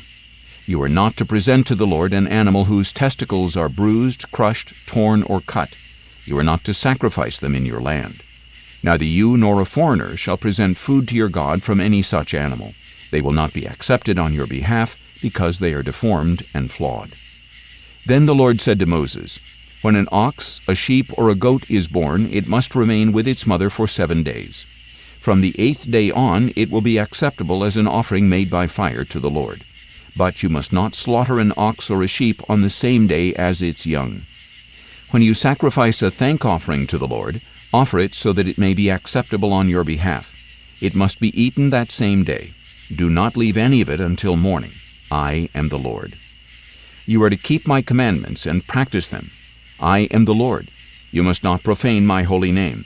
I must be acknowledged as holy among the Israelites. I am the Lord who sanctifies you, who brought you out of the land of Egypt to be your God. I am the Lord. Leviticus chapter 23. Then the Lord said to Moses, Speak to the Israelites and say to them, These are my appointed feasts, the feasts of the Lord that you are to proclaim as sacred assemblies. For 6 days work may be done, but the 7th day is a Sabbath of complete rest, a day of sacred assembly. You must not do any work. Wherever you live, it is a Sabbath to the Lord. These are the Lord's appointed feasts, the sacred assemblies you are to proclaim at their appointed times. The Passover to the Lord begins at twilight on the 14th day of the first month. On the 15th day of the same month begins the feast of unleavened bread to the Lord. For 7 days you must eat unleavened bread. On the first day you are to hold a sacred assembly. You are not to do any regular work. For 7 days you are to present an offering made by fire to the Lord. On the 7th day there shall be a sacred assembly. You must not do any regular work. And the Lord said to Moses, Speak to the Israelites and say, When you enter the land that I am giving you, and you reap its harvest, you are to bring to the priest a sheaf of the firstfruits of your harvest. And he shall wave the sheaf before the Lord, so that it may be accepted on your behalf. The priest is to wave it on the day after the Sabbath. On the day you wave the sheaf, you shall offer a year-old lamb without blemish as a burnt offering to the Lord, along with its grain offering of 2/10 of an ephah of fine flour mixed with oil, an offering made by fire to the Lord, a pleasing aroma, and its drink offering of a 1/4 hin of wine. You must not eat any bread or roasted or new grain until the very day you have brought this offering to your God. This is to be a permanent statute for the generations to come wherever you live. From the day after the Sabbath, the day you brought the sheaf of the wave offering, you are to count off 7 full weeks. You shall count off 50 days until the day after the 7th Sabbath, and then present an offering of new grain to the Lord. Bring 2 loaves of bread from your dwellings as a wave offering, each made from 2/10 of an ephah of fine flour, baked with leaven, as the firstfruits to the Lord. Along with the bread you are to present 7 unblemished male lambs a year old, 1 young bull and 2 rams. They will be a burnt offering to the Lord, together with their grain offerings and drink offerings, an offering made by fire, a pleasing aroma to the Lord. You shall also prepare 1 male goat as a sin offering and 2 male lambs a year old as a peace offering. The priest is to wave the lambs as a wave offering before the Lord, together with the bread of the firstfruits. The bread and the 2 lambs shall be holy to the Lord for the priest. On that same day you are to proclaim a sacred assembly, and you must not do any regular work. This is to be a permanent statute wherever you live for the generations to come. When you reap the harvest of your land, do not reap all the way to the edges of your field or gather the gleanings of your harvest. Leave them for the poor and the foreign resident. I am the Lord your God. The Lord also said to Moses, Speak to the Israelites and say, On the 1st day of the 7th month you are to have a day of rest, a sacred assembly announced by trumpet blasts. You must not do any regular work, but you are to present an offering made by fire to the Lord. Again the Lord said to Moses, The 10th day of this 7th month is the day of atonement. You shall hold a sacred assembly and humble yourselves and present an offering made by fire to the Lord. On this day you are not to do any work, for it is the day of atonement, when atonement is made for you before the Lord your God. If anyone does not humble himself on this day, he must be cut off from his people. I will destroy from among his people anyone who does any work on this day. You are not to do any work at all. This is a permanent statute for the generations to come wherever you live. It will be a Sabbath of complete rest for you, and you shall humble yourselves. From the evening of the 9th day of the month until the following evening you are to keep your Sabbath.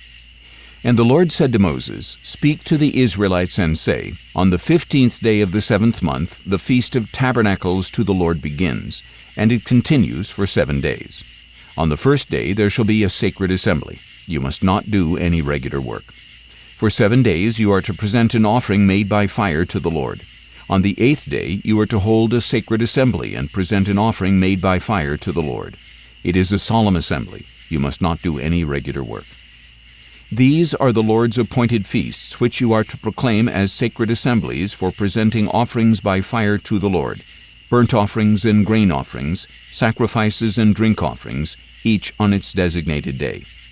These offerings are in addition to the offerings for the Lord's Sabbaths, and in addition to your gifts, to all your vow offerings, and to all the freewill offerings you give to the Lord.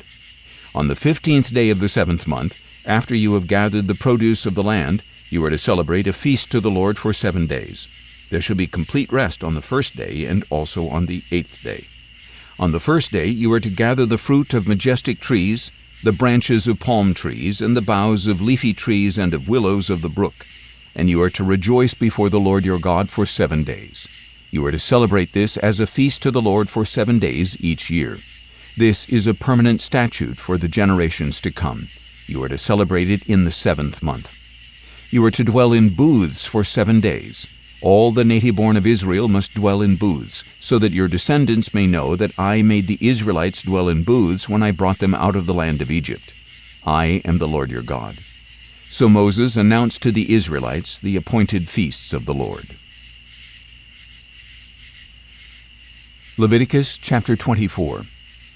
Then the Lord said to Moses, "Command the Israelites to bring you pure oil of pressed olives for the light, to keep the lamps burning continually. Outside the veil of the testimony in the tent of meeting, Aaron is to tend the lamps continually before the Lord from evening until morning. This is to be a permanent statute for the generations to come. He shall tend the lamps on the pure gold lampstand before the Lord continually. You are also to take fine flour and bake 12 loaves, using 2/10 of an ephah for each loaf, and set them in 2 rows, 6 per row, on the table of pure gold before the Lord. And you are to place pure frankincense near each row, so that it may serve as a memorial portion for the bread, an offering made by fire to the Lord.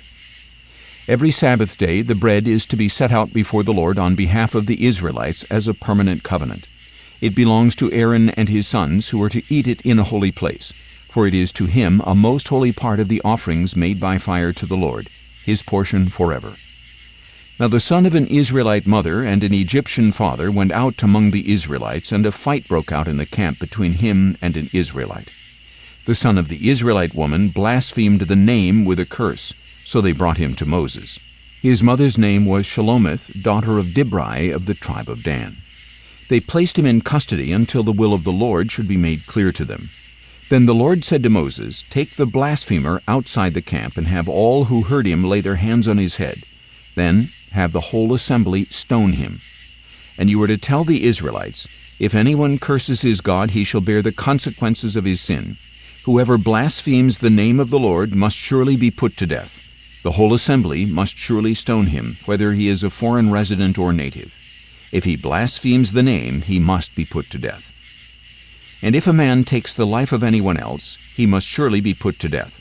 Whoever kills an animal must make restitution, life for life. If anyone injures his neighbor, whatever he has done must be done to him, fracture for fracture, eye for eye, tooth for tooth. Just as he injured the other person, the same must be inflicted on him. Whoever kills an animal must make restitution, but whoever kills a man must be put to death. You are to have the same standard of law for the foreign resident and the native, for I am the Lord your God." Then Moses spoke to the Israelites, and they took the blasphemer outside the camp and stoned him. So the Israelites did as the Lord had commanded Moses. Leviticus chapter 25. Then the Lord said to Moses on Mount Sinai, "Speak to the Israelites and say to them, when you enter the land that I am giving you, the land itself must observe a Sabbath to the Lord. For 6 years you may sow your field and prune your vineyard and gather its crops. But in the 7th year there shall be a Sabbath of complete rest for the land, a Sabbath to the Lord. You are not to sow your field or prune your vineyard. You are not to reap the aftergrowth of your harvest or gather the grapes of your untended vines. The land must have a year of complete rest. Whatever the land yields during the Sabbath year shall be food for you, for yourself, your manservant and maidservant, the hired hand or foreigner who stays with you, and for your livestock and the wild animals in your land. All its growth may serve as food. And you shall count off 7 Sabbaths of years, 7 times 7 years, so that the 7 Sabbaths of years amount to 49 years. Then you are to sound the horn far and wide on the 10th day of the 7th month, the Day of Atonement. You shall sound it throughout your land. So you are to consecrate the 50th year and proclaim liberty in the land for all its inhabitants. It shall be your jubilee, when each of you is to return to his property and to his clan. The 50th year will be a jubilee for you. You are not to sow the land or reap its aftergrowth or harvest the untended vines. For it is a jubilee. It shall be holy to you. You may eat only the crops taken directly from the field. In this year of Jubilee, each of you shall return to his own property. If you make a sale to your neighbor or a purchase from him, you must not take advantage of each other. You are to buy from your neighbor according to the number of years since the last Jubilee. He is to sell to you according to the number of harvest years remaining. You shall increase the price in proportion to a greater number of years, or decrease it in proportion to a lesser number of years, for he is selling you a given number of harvests. Do not take advantage of each other, but fear your God, for I am the Lord your God. You are to keep my statutes and carefully observe my judgments, so that you may dwell securely in the land. Then the land will yield its fruit so that you can eat your fill and dwell in safety in the land. Now you may wonder, what will we eat in the 7th year if we do not sow or gather our produce? But I will send my blessing upon you in the 6th year, so that the land will yield a crop sufficient for 3 years. While you are sowing in the 8th year, you will be eating from the previous harvest until the 9th year's harvest comes in. The land must not be sold permanently, because it is mine, and you are but foreigners and residents with me. Thus, for every piece of property you possess, you must provide for the redemption of the land. If your brother becomes impoverished and sells some of his property, his nearest of kin may come and redeem what his brother has sold. Or if a man has no one to redeem it for him, but he prospers and acquires enough to redeem his land, he shall calculate the years since its sale, repay the balance to the man to whom he sold it, and return to his property.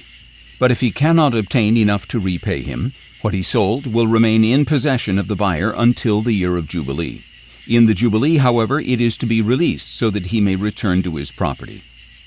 If a man sells a house in a walled city, he retains his right of redemption until a full year after its sale. During that year it may be redeemed. If it is not redeemed by the end of a full year, then the house in the walled city is permanently transferred to its buyer and his descendants. It is not to be released in the Jubilee. But houses in villages with no walls around them are to be considered as open fields. They may be redeemed, and they shall be released in the Jubilee. As for the cities of the Levites always have the right to redeem their houses in the cities they possess. So whatever belongs to the Levites may be redeemed, a house sold in a city they possess, and must be released in the Jubilee, because the houses in the cities of the Levites are their possession among the Israelites. But the open pasture land around their cities may not be sold, for this is their permanent possession. Now if your countryman becomes destitute and cannot support himself among you, then you are to help him as you would a foreigner or stranger, so that he can continue to live among you. Do not take any interest or profit from him, but fear your God, that your countryman may live among you. You must not lend him your silver at interest, or sell him your food for profit. I am the Lord your God, who brought you out of the land of Egypt to give you the land of Canaan, and to be your God. If a countryman among you becomes destitute and sells himself to you, then you must not force him into slave labor. Let him stay with you as a hired worker or temporary resident. He is to work for you until the year of Jubilee. Then he and his children are to be released, and he may return to his clan and to the property of his fathers. Because the Israelites are my servants, whom I brought out of the land of Egypt, they are not to be sold as slaves. You are not to rule over them harshly, but you shall fear your God. Your menservants and maidservants shall come from the nations around you, from whom you may purchase them. You may also purchase them from the foreigners residing among you, or their clans living among you who are born in your land. These may become your property. You may leave them to your sons after you to inherit as property. You can make them slaves for life. But as for your brothers, the Israelites, no man may rule harshly over his brother. If a foreigner residing among you prospers, but your countryman dwelling near him becomes destitute and sells himself to the foreigner or to a member of his clan, he retains the right of redemption after he has sold himself. One of his brothers may redeem him. Either his uncle or cousin or any close relative from his clan may redeem him. Or if he prospers, he may redeem himself. He and his purchaser will then count the time from the year he sold himself up to the year of Jubilee. The price of his sale will be determined by the number of years based on the daily wages of a hired hand. If many years remain, he must pay for his redemption in proportion to his purchase price. If only a few years remain until the year of Jubilee, he is to calculate and pay his redemption according to his remaining years. He shall be treated like a man hired from year to year, but a foreign owner must not rule over him harshly in your sight. Even if he is not redeemed in any of these ways, he and his children shall be released in the year of Jubilee. For the Israelites are my servants. They are my servants whom I brought out of the land of Egypt. I am the Lord your God. Leviticus chapter 26. You must not make idols for yourselves or set up a carved image or sacred pillar. You must not place a sculpted stone in your land to bow down to it, for I am the Lord your God. You must keep my Sabbaths and have reverence for my sanctuary. I am the Lord. If you follow my statutes and carefully keep my commandments, I will give you rains in their season, and the land will yield its produce, and the trees of the field will bear their fruit. Your threshing will continue until the grape harvest, and the grape harvest will continue until sowing time. You will have your fill of food to eat, and will dwell securely in your land. And I will give peace to the land, and you will lie down with nothing to fear. I will rid the land of dangerous animals, and no sword will pass through your land. You will pursue your enemies, and they will fall by the sword before you. 5 of you will pursue 100, and 100 of you will pursue 10,000, and your enemies will fall by the sword before you. I will turn toward you and make you fruitful and multiply you, and I will establish my covenant with you. You will still be eating the old supply of grain when you need to clear it out to make room for the new. And I will make my dwelling place among you, and my soul will not despise you. I will walk among you and be your God, and you will be my people. I am the Lord your God who brought you out of the land of Egypt so that you would no longer be slaves to the Egyptians. I broke the bars of your yoke and enabled you to walk in uprightness. If, however, you fail to obey me and to carry out all these commandments, and if you reject my statutes, despise my ordinances, and neglect to carry out all my commandments, and so break my covenant, then this is what I will do to you. I will bring upon you sudden terror, wasting disease, and fever that will destroy your sight and drain your life. You will sow your seed in vain because your enemies will eat it, and I will set my face against you so that you will be defeated by your enemies. Those who hate you will rule over you, and you will flee when no one pursues you. And if after all this you will not obey me, I will proceed to punish you 7-fold for your sins. I will break down your stubborn pride and make your sky like iron and your land like bronze, and your strength will be spent in vain. For your land will not yield its produce, and the trees of the land will not bear their fruit. If you walk in hostility toward me and refuse to obey me, I will multiply your plagues 7 times according to your sins. I will send wild animals against you to rob you of your children, destroy your livestock, and reduce your numbers until your roads lie desolate. And if, in spite of these things, you do not accept my discipline, but continue to walk in hostility toward me, then I will act with hostility toward you, and I will strike you 7-fold for your sins. And I will bring a sword against you to execute the vengeance of the covenant. Though you withdraw into your cities, I will send a plague among you, and you will be delivered into the hand of the enemy. When I cut off your supply of bread, 10 women will bake your bread in a single oven and dole out your bread by weight, so that you will eat but not be satisfied. But if, in spite of all this, you do not obey me but continue to walk in hostility toward me, then I will walk in fury against you, and I, even I, will punish you 7-fold for your sins. You will eat the flesh of your own sons and daughters. I will destroy your high places, cut down your incense altars, and heap your lifeless bodies on the lifeless remains of your idols, and my soul will despise you. I will reduce your cities to rubble and lay waste your sanctuaries, and I will refuse to smell the pleasing aroma of your sacrifices. And I will lay waste the land so that your enemies who dwell in it will be appalled. But I will scatter you among the nations, and will draw out a sword after you as your land becomes desolate and your cities are laid waste. Then the land shall enjoy its Sabbaths all the days it lies desolate, while you are in the land of your enemies. At that time the land will rest and enjoy its Sabbaths. As long as it lies desolate, the land will have the rest it did not receive during the Sabbaths when you lived in it. As for those of you who survive, I will send a faintness into their hearts in the lands of their enemies, so that even the sound of a wind-blown leaf will put them to flight. And they will flee as one flees the sword, and fall when no one pursues them. They will stumble over one another as before the sword, though no one is behind them. So you will not be able to stand against your enemies. You will perish among the nations, and the land of your enemies will consume you. Those of you who survive in the lands of your enemies will waste away in their iniquity and will decay in the sins of their fathers.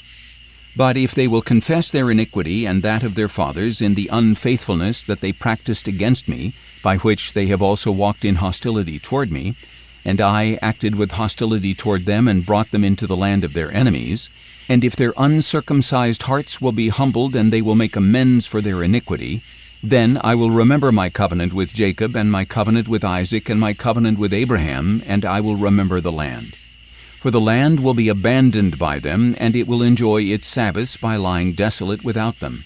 And they will pay the penalty for their iniquity, because they rejected my ordinances and abhorred my statutes.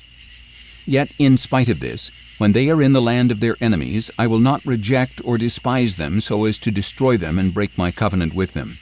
For I am the Lord their God.